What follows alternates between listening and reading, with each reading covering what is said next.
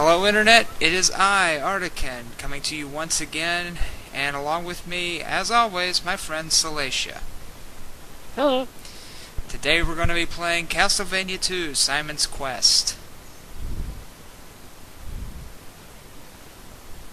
Which has a spiffy prologue. Indeed. I mean, with all of Nintendo's censorship, I'm surprised they let them say something like, step back into the hell house. Okay, for those of you who aren't familiar with the game, Castlevania 2 Simon's Quest is a rapid, or a significant departure from the gameplay that we had in Castlevania 1.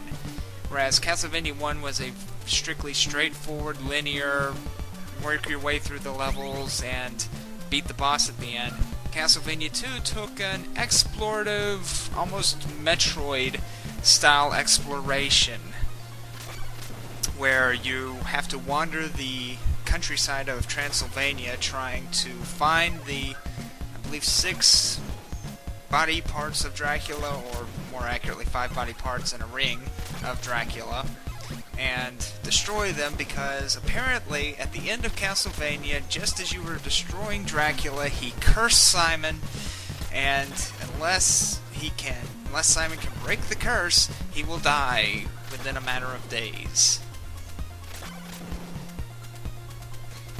And the ring thing, for anyone who remembers, is kind of a reference to Christopher Lee's Dracula portrayals. Oh, really? Yeah, do you remember every time Christopher Lee died as Dracula, he left behind his ring, and that was usually what brought him back. Oh, well, I'll admit I haven't seen the Hammer Dracula films.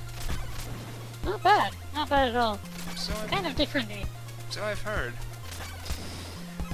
Well, what you're seeing right now, folks, is one of the things that's interesting about the game, and that it has a clock system, and it will change from day to night. Now, the time that you can see in the window shows basically the first 2 digits are what day it is, the second 2 digits are what hour it is, and the last 2 digits are the minutes. And as you can see, I just cut out some time I spent grinding, because you have currency in this game. Yes, your hearts do 2 things in this game. One of them is it will function as your ammunition for some of your special weaponry, and it's also the currency. Why on earth the people of Transylvania accept hearts as currency, I will never understand. Vampire bribes. Ah, there you go. One beating heart, vampire bribe. And as I was saying about the clock system takes a little bit of getting used to. If you looked at the screen, you'll notice that the numbers seemed a little high for us Americans. Well, that's because it uses the 24-hour system, or I guess the military system, as opposed to the standard 12-hour AM/PM system that we use. So when it says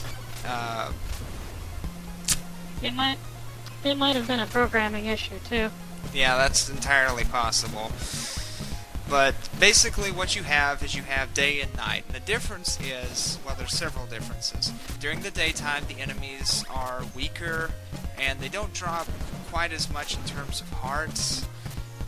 You can go into the towns, you can get healed at the church, you can buy stuff, you can talk to people, and basically it's easier in the daytime. At night, the enemies are harder, they do drop more hearts, or they drop bigger hearts, which are worth more, and the towns are completely locked up. Nobody is outside, you can't go in any buildings, and there are zombies roaming around.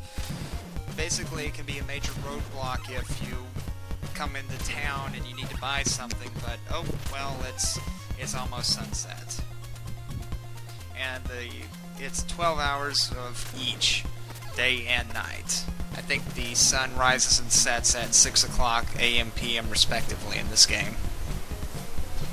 Now, that had no effect on the dungeons, did it? Weren't they always stronger in the dungeons? Yeah, the dungeons are actually, the dungeons are completely immune to time. Time doesn't even pass while you're in there. I did not know that. Yeah, and that's something that I will be taking advantage of in this playthrough because, as I mentioned in the story, you're kind of up against the time limit here, and this game has 3 different endings based upon how long it took you to beat the game. Now, I purposely tried to get the best ending on this playthrough because, well, I want to get the best ending. I also tried to make certain I got all of the items, so hopefully you're seeing pretty much a complete picture of this game in this playthrough. But yes, using the mansions as a way to get money, build up my heart supply, is a really good strategy for getting through this game and getting the best ending.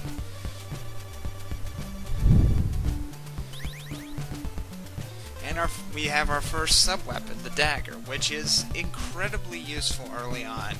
It's actually stronger than your initial whip, and it goes farther, and it's just all around more useful. And unlike all the other weapons, apart from the holy water, it does not use hearts.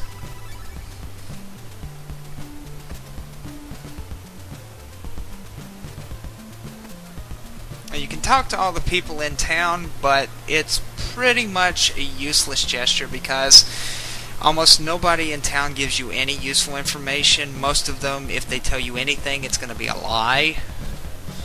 So, yeah, not terribly useful. I remember they were the most unique town reactions I'd seen in a quasi-RPG. I remember one of the girls had a crush on me. There's one woman... Or rather, Simon. There's one woman later in the game who will ask you to just stay with her. Well, looks like we're coming to the end of this video. Next time we'll be going into the first mansion. Look forward to seeing you then, folks.